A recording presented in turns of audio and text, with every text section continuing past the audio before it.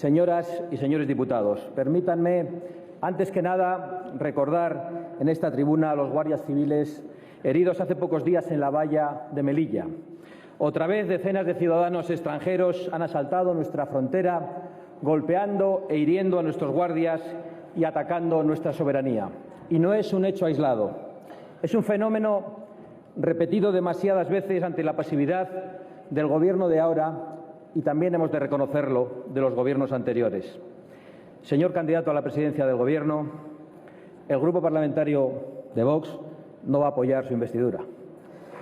No le desvelo ningún secreto.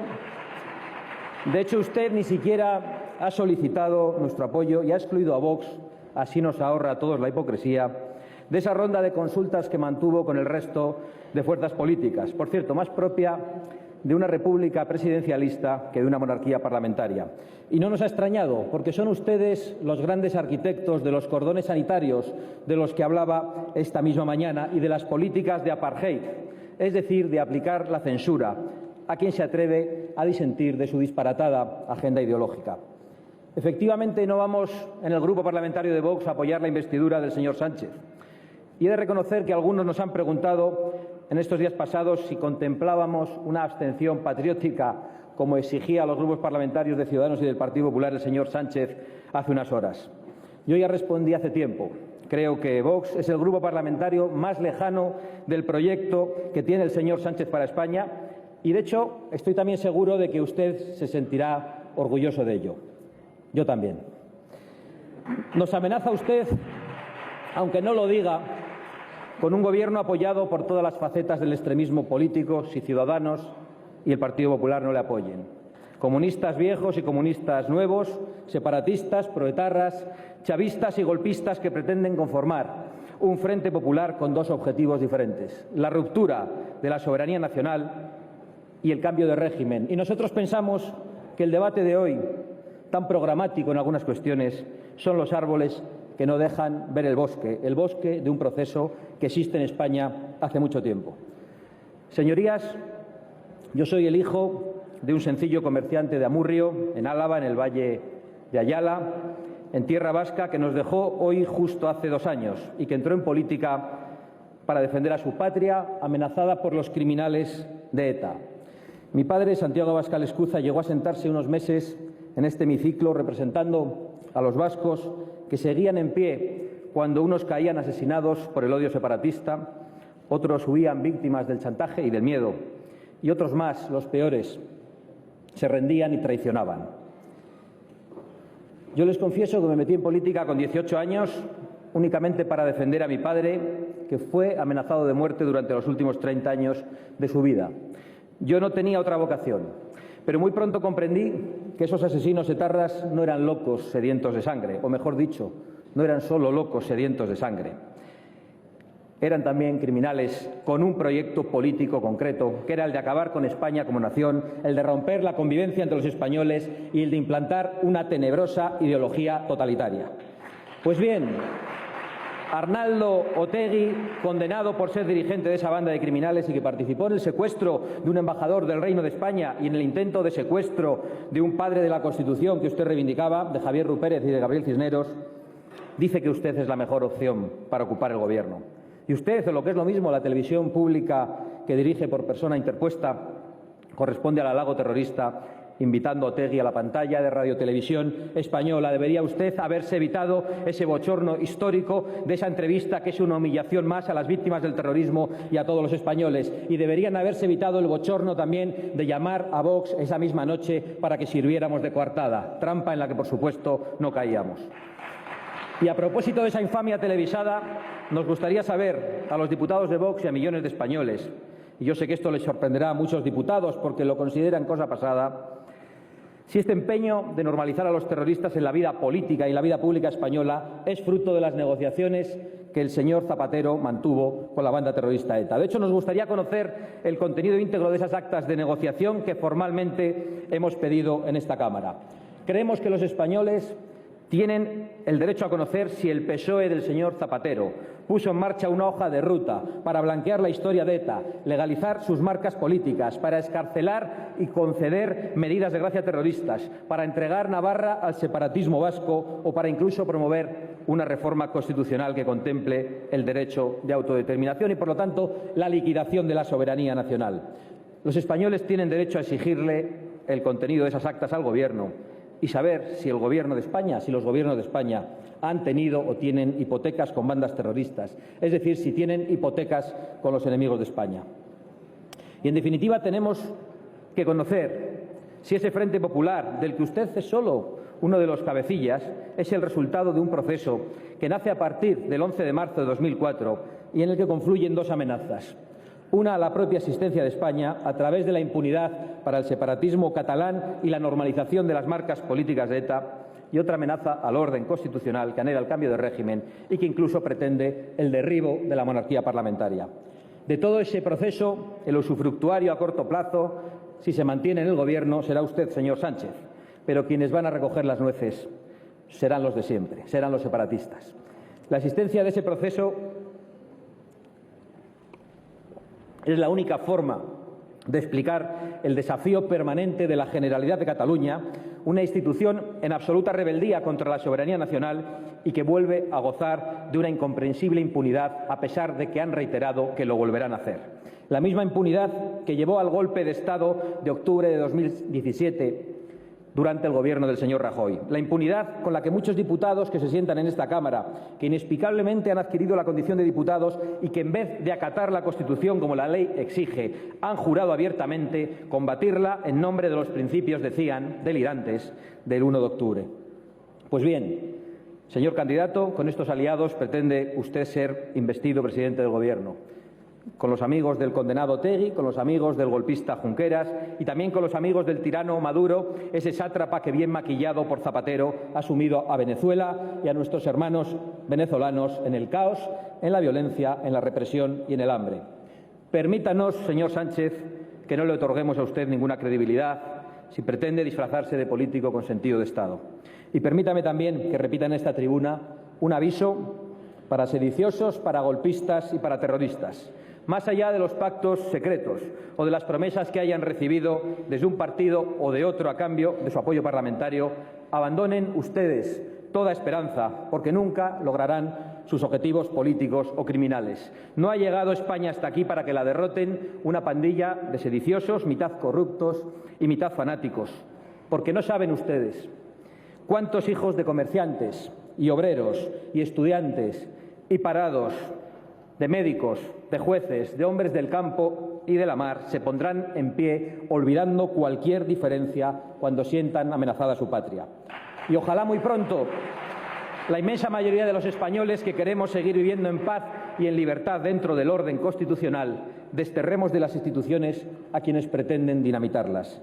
Sería una grandísima noticia para que el Estado pudiese de una vez por todas, después de 30 años, ocuparse única y exclusivamente de resolver los problemas de los españoles en vez de seguir creándoselos. Señorías, hay españoles que necesitan urgentemente de la eficacia del Estado, esa eficacia que comprobamos tan a menudo cuando se trata de la agencia tributaria y que hay que empezar a trasladar al resto de organismos e instituciones de la nación. Porque mientras la izquierda continúa con su disparatada agenda de ingeniería social implantando una sofocante dictadura progre que quieren que traguemos con ella, y mientras los separatistas conspiran contra la Constitución, los españoles tienen que seguir pagando la factura, los españoles de a pie, una factura cada vez más abultada que, según su discurso, señor Sánchez, se incrementará todavía más. Si trabajas, impuestos sobre la renta; si ahorras, impuestos sobre el patrimonio; si consumes, impuestos sobre el valor añadido; si inviertes, impuesto de transmisiones patrimoniales o de actos jurídicos documentados; si lo regalas, impuesto de donaciones; y si te mueres, impuesto de sucesiones. Impuestos, impuestos, impuestos con los que arruinan a la España viva, a la España que madruga, con los que arruinan a las clases medias para que con su esfuerzo sostengan el disparate autonómico, el derroche político y la orgía de las subvenciones. Es inaceptable que haya hijos que tengan que renunciar a la herencia que les dejan sus padres, a los que tanto tiempo les costó generarla, porque no pueden hacer frente a la factura fiscal que ustedes les imponen.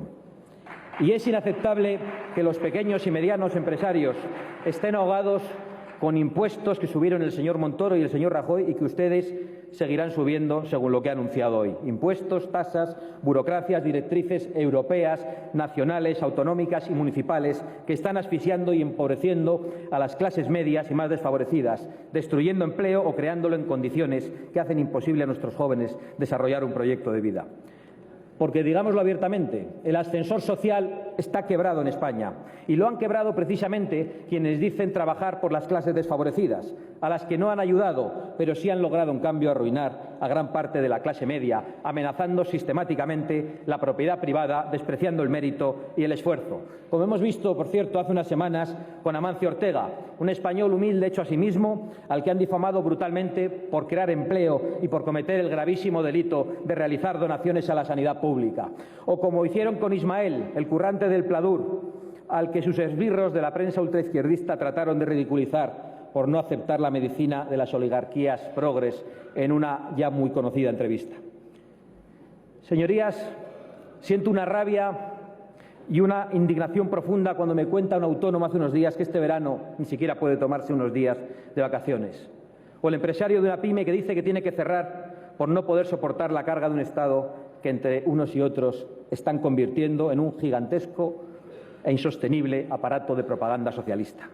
Porque lo más terrible de todo esto es que ustedes, desde todos los partidos políticos con responsabilidades de gobierno, destinan el dinero de esos impuestos a destruir riqueza, a financiar procesos golpistas que siguen en marcha, a restringir libertades para que solo unos puedan hablar y aniquilar la igualdad de los españoles ante la ley.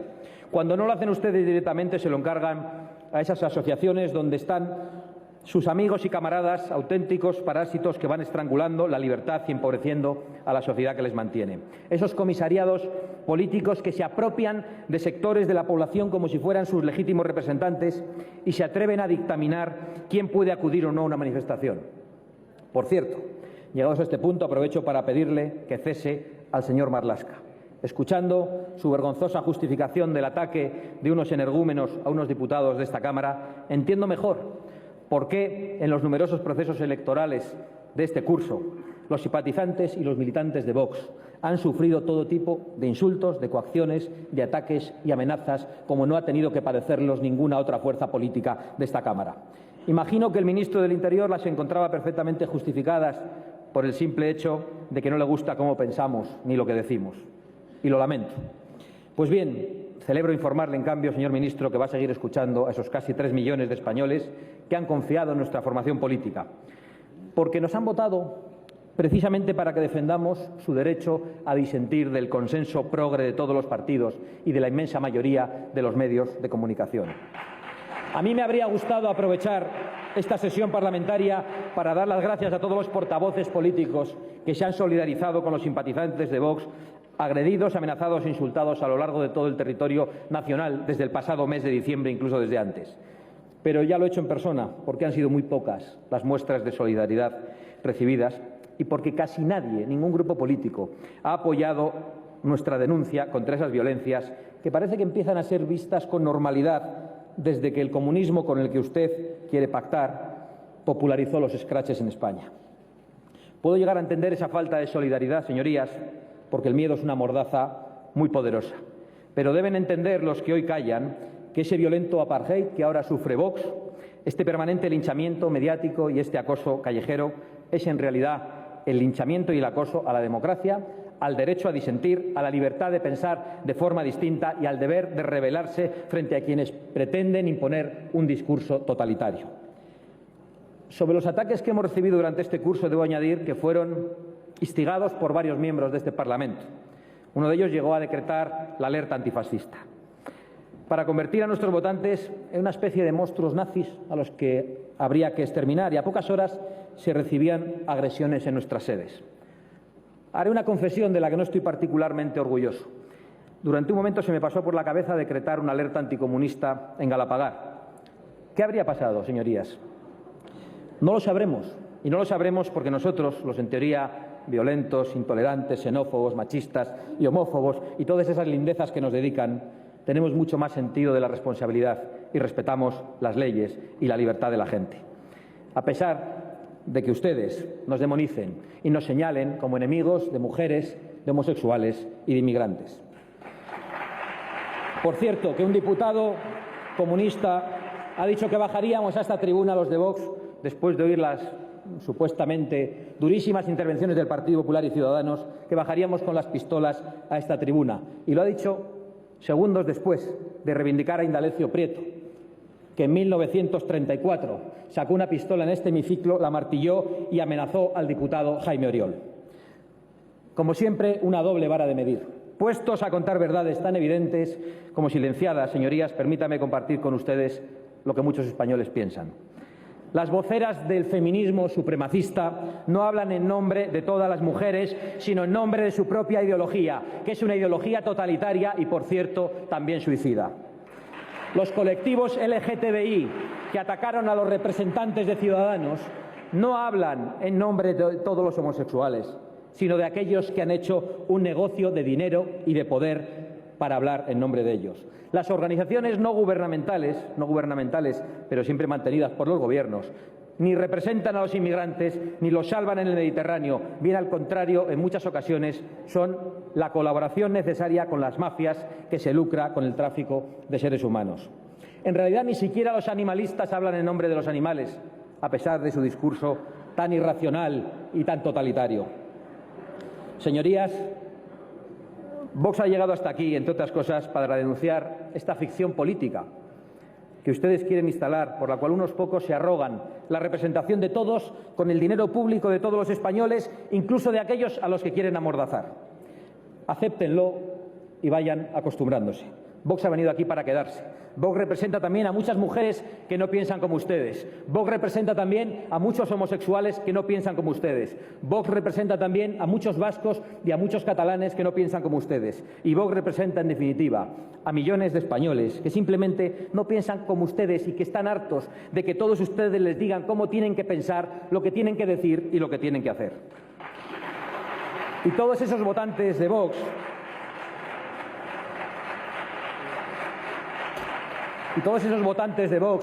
y muchos más que todavía no nos conocen porque se han formado una idea equivocada de nosotros a través de la manipulación política y mediática, reclaman un proyecto que no tiene nada que ver con el suyo, señor Sánchez, ni con el de sus presuntos socios. Son españoles que exigen el restablecimiento del orden constitucional en Cataluña, la disolución de los partidos golpistas y la ilegalización de cualquier proyecto separatista de ruptura de la unidad nacional y de la democracia. No podemos permitir que los enemigos de la unidad nacional y de la democracia sigan utilizando los instrumentos del Estado para atentar contra la soberanía nacional. Son españoles conscientes del disparate económico y que entienden que hay que recuperar, por ejemplo, competencias en educación y en sanidad como primer paso para la igualdad de todos los españoles en todo el territorio nacional y de la reversión del Estado de las autonomías. Son españoles hartos del infierno fiscal y que piden una bajada de todos los impuestos que no se pueden eliminar y que serían muchos si suprimimos las subvenciones a partidos, a sindicatos, patronales y el derroche general del gasto político. Son españoles que crean empleo a pesar de las trabas administrativas, las que ya hay y las que usted ha anunciado. Son españoles que no encuentran empleo o que para hacerlo tienen que aceptar condiciones de semiesclavitud que no va usted a arreglar con ese estatuto de los trabajadores que anunciaba esta mañana, porque no habrá más empleo aquí mientras nuestras industrias y nuestro campo tengan que seguir compitiendo con productos que se han hecho en otros países que no tienen condiciones laborales ni derechos laborales. Son españoles que requieren una agenda política destinada a promover la cultura de la vida frente a la cultura de la muerte, porque ya nos ha avanzado usted sus planes para afrontar el envejecimiento de la población. Una ley de eutanasia. También decía que quiere una España que sea el mejor país para ser niño, desde el derecho a la educación al derecho a jugar. Le faltó decir el derecho a nacer, señor Sánchez. Son españoles que reivindican el derecho de los padres a elegir la educación de sus hijos y que se respete profundamente a la familia. Son también españoles de campo que ven amenazadas sus formas de vida, que ven amenazadas sus tradiciones. Son españoles que quieren un plan hidrológico nacional para que el agua de España sea de todos. Son españoles que quieren libertad para ir a los toros o para no ir, que quieren libertad para ir a cazar o para no ir. pero que no tienen que aguantar que unos fanáticos subvencionados les demonicen y les llamen asesinos. Son españoles que quieren seguir siendo españoles y gozar de libertad y de igualdad en todo el territorio que comprenden nuestras fronteras, y que exigen que los políticos se ocupen de los problemas realmente importantes, como por ejemplo el suicidio demográfico que estamos viviendo. Señorías, ¿cómo es posible que el fenómeno más crucial, que más va a condicionar el futuro de nuestro pueblo, que afecta, por ejemplo, al sostenimiento del sistema público de pensiones o a la supervivencia misma de nuestra cultura, no haya suscitado aquí, a lo largo de todo este tiempo o en el día de hoy, un gran debate ni se hayan propuesto soluciones de urgencia? Sé que algunos, por una mezcla de pereza y de irresponsabilidad, no están preocupados. Lo resolveremos, dicen, con la inmigración, que es el gran conejo que se saca de la chistera. 270.000 nuevos inmigrantes cada año durante 20 años es la disparatada cifra que manejan algunos insensatos. Y no es solo el señor Sánchez, es que casi todos ustedes, señorías, comparten una indiferencia por el envejecimiento del pueblo español, unido a un particular entusiasmo por el llamado multiculturalismo, que no es otra cosa que liquidar la identidad de España introduciendo culturas remotas, con diferentes lealtades, con diferentes visiones del mundo y con diferentes y a veces abominables ideas sobre la mujer, o que ni siquiera contemplan una diferencia entre las leyes civiles y las ideas religiosas. Me recuerda mucho esto al poema Solución de Bertolt Brecht, que es de los suyos, en el que el autor ironiza sobre cómo el pueblo ha decepcionado a su gobierno y le aconseja a este que disuelva al pueblo y que elija uno nuevo. Pues ese disparate multicultural de elegir un pueblo nuevo es lo que parecen proponer muchos aquí, cuando ya ha fracasado en toda Europa. Una Europa que, ya les adelanto, no se va a doblegar a las imposiciones de las oligarquías progres y globalistas, por mucho que demonicen a millones y a millones de europeos. En Vox, por supuesto, nos oponemos a la inmigración ilegal, esa que ustedes desde las instituciones, a pesar de lo que ha dicho esta mañana, amparan, incentivan y llaman. Y por tener esa posición, ¿qué hacen? Pues lo fácil, lo de siempre, demonizarnos, insultarnos, y nos llaman xenófobos y nos llaman racistas. ¿Verdad, Ignacio? Señorías, una nación sin fronteras no es una nación, igual que una casa sin paredes deja de ser un hogar. Pero si ustedes son partidarios de que se pueda entrar en España de cualquier manera, tienen derecho a plantearlo. Que pueda entrar en nuestro país los millones de inmigrantes que lo deseen, al menos tengan el valor y la honradez de defenderlo así. Díganselo al pueblo español, que van a desmantelar las fronteras y que a partir de ahora compartiremos nuestros recursos con todo habitante del planeta que desee o que necesite instalarse a vivir entre nosotros. Pero lo que es bochornoso es establecer unos trámites para entrar en España legalmente y premiar luego a quien se lo salta, animándoles así no solo al desprecio por nuestras leyes, sino a una aventura arriesgada y en ocasiones mortal, que hace ricas a las mafias que trafican con seres humanos.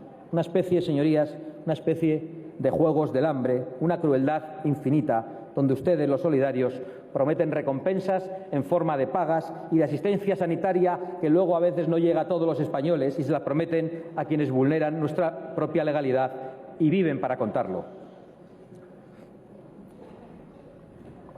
Nosotros, a pesar de lo que ustedes dicen de nosotros, aceptamos una inmigración legal y ordenada, una inmigración orientada a las necesidades y posibilidades de nuestra economía y que atienda especialmente a la capacidad y a la voluntad del inmigrante de integrarse en nuestra cultura y de aceptar nuestras leyes. Por eso, cuando es necesaria, aceptamos especialmente la inmigración hispanoamericana para España y como posible solución para Europa. Y esto, digan ustedes lo que digan, es puro sentido común y es lo que piensan la mayoría de los españoles, incluso muchísimos de los votantes de la bancada de la izquierda. Como es de sentido común exigir que los extranjeros que cometan delitos graves o reincidan en los leves sean deportados a sus países de origen, con los que, por cierto, habrá que llegar a acuerdos para que cumplan allí su condena y para que no regresen jamás. Pues bien, en vez de esto, muchos de ustedes se empeñan en engañar al pueblo español. Lo vivimos a diario. Por ejemplo, cuando una repugnante violación colectiva es cometida por españoles, conocemos hasta los detalles más triviales y personales de los autores. Se convocan grandes manifestaciones y se multiplican los titulares. Pero en las decenas de delitos semejantes, cuando sus autores son extranjeros, todo cambia. 3 violaciones colectivas se han denunciado la pasada semana, pero en estos casos se oculta descaradamente el origen nacional de los criminales y se dice que se hace para no provocar xenofobia. ¿Ustedes entienden lo que esto significa? ¿Acaso piensan que los españoles no pueden conocer la verdad, los datos reales de la criminalidad, porque les toman ustedes por locos? ¿Acaso tienen que tutelarles como si fueran menores? Lamentablemente, esto no es nada nuevo, lleva sucediendo demasiado tiempo y no solamente con este tema. Llevan décadas diciendo a los españoles corrientes que son estúpidos, que son xenófobos, que son homófobos, que son machistas, que necesitan ser permanentemente controlados y reeducados por sus mayores, es decir, por ustedes y por sus altavoces mediáticos. Y es curioso porque en esta misma Cámara, que es consecuencia de un régimen de la democracia, que parte de la idea de que la soberanía reside en el pueblo y que nosotros solo somos sus representantes, y siendo así, ¿cómo se puede pretender que la gente corriente es lo bastante sabia como para elegir a quienes le gobiernan, pero no para gobernar sus propias vidas? Ese afán compartido en el proyecto del Gobierno del señor Sánchez es lo que desde Vox venimos llamando dictadura progre y a lo que nosotros nos oponemos y por lo que nosotros votaremos no, señor Sánchez. Una visión totalitaria de la sociedad que incluso, como en las más terribles novelas distópicas, se atreve a dictar nuestra memoria. Y fíjense si son ustedes anacrónicos, que cuando dejan de pensar en 1936 solo llegan a 1984. Algunos viven obsesionados con lo que sucedió en España hace 80 años. Por supuesto, esta obsesión está muy bien remunerada a través de chiringuitos y de asociaciones correspondientes. Y, en definitiva, consiste en que con el dinero de todos se dicta a los españoles lo que tienen que pensar sobre nuestro pasado, sobre una época histórica concreta. Señorías, la Ley de Memoria Histórica es fundamentalmente un ataque a la libertad, además de un insulto a la inteligencia. Y su propuesta de ampliarla es la iniciativa más totalitaria que ha escuchado esta Cámara desde los viejos discursos de Pablo Iglesias. Es increíble que tengamos que perder el tiempo y el dinero en este empeño de ustedes en profanar tumbas, contar mentiras e imponer su visión sectaria de la historia o su verdad sobre la historia. Una historia redactada por ustedes y por sus asalariados que oculte, por ejemplo, que el fundador de su partido, Pablo Iglesias, amenazó de muerte desde esta tribuna al señor Maura en un mes de julio como este y que pocos días después el señor Maura fue tiroteado. En la discusión que siguió, a pesar de que ustedes se rían, aquella amenaza intervinieron José Canalejas y Eduardo Dato. Canalejas fue asesinado un par de años después y Eduardo Dato algo más tarde, cuando también era presidente del Gobierno. En esta misma Cámara, diputados socialistas y comunistas amenazaron a don José Calvo Sotelo, uno de los líderes de la oposición. Y días después, en un mes de julio como este, los guardaespaldas de un líder socialista fueron a casa del señor Calvo Sotelo, le sacaron y acabó asesinado. Y sin embargo, y escuche bien la señora presidenta, el pasado 13 de julio, en el aniversario de este crimen, la cuenta oficial de Twitter de esta casa prefería recordar otro acontecimiento muy importante. Frank Sinatra graba su primer disco. En fin, una memoria histórica a su manera, donde se quitan las cruces que recuerdan a víctimas del odio y se levantan estatuas a los asesinos. Pero volvamos a nuestros días, porque nosotros somos capaces, no sabemos si ustedes lo son. Creo que he mostrado las insalvables diferencias que existen entre el grupo parlamentario de Vox y el conglomerado socialista, comunista, chavista y separatista que representa el proyecto que pretende liderar el señor Sánchez. Creemos, señor Sánchez, que si sale adelante su investidura va a causar usted mucho daño a España y sabemos que no le importa, porque solo anhela el poder. Creo, señor Sánchez, que con usted las clases medias van a sufrir más de lo que ya sufren y les va a costar cada vez más llegar a final de mes. Creo que los catalanes que viven bajo una administración golpista y totalitaria van a estar más desprotegidos. Creo que nuestros admirables militares, muchos en misión por el mundo, nuestras fuerzas y cuerpos de seguridad del Estado y nuestros funcionarios de prisiones, todos los que velan por nuestra seguridad, van a trabajar en peores condiciones y van a ser poco o nada reconocidos, como creo que no se les va a reconocer ni la justa equiparación salarial que merecen. Creo que se va a continuar alimentando el efecto llamada de la inmigración ilegal, que crea un drama en los países de origen, que crea una tragedia en nuestras fronteras y que crea conflictos en nuestros barrios. Creo que van a continuar los salarios de miseria que hacen imposible formar una familia. Creo que las mujeres van a estar más desprotegidas porque ustedes no meterán en la cárcel para siempre a los criminales sexuales. Es más, les recuerdo, ya que tanto se les llena a ustedes la boca hablando de la defensa de la mujer, que fue el Partido Socialista en 1994 quien rebajó las penas de prisión para los violadores. Y creo, resumiendo, que el Frente Popular que usted desea realmente traerá miseria a la economía, traerá enfrentamiento, restricción de libertades, inseguridad en las calles y ventajas e impunidad para los enemigos de España. Pero también creo, señor Sánchez, que España resistirá, porque los españoles siempre han estado por encima de sus peores gobernantes, porque esta es una gran nación, una de las grandes protagonistas de la historia universal, y sus gentes, su pueblo, voten lo que voten, aman a su patria y lo que representa. Y a pesar de los esfuerzos por vaciar y por relativizar la nación, los españoles siguen sintiendo a España profundamente. Algunos ingenuos pensaron que la podían liquidar en octubre de 2017 y se llevaron una sorpresa cuando descubrieron la España de los balcones y de las plazas, que no es otra cosa que la expresión de España como hecho existencial. Soportaremos, señor Sánchez, la calamidad que usted nos prepara, nos opondremos con toda nuestra fuerza parlamentaria a sus desvaríos y representaremos a esa España viva que está cargada de futuro, rindiendo homenaje todos los días y dando voz a esos millones de españoles que todos los días por las calles nos dan las gracias por haber llegado hasta aquí y que no tienen vergüenza de decir «Viva España».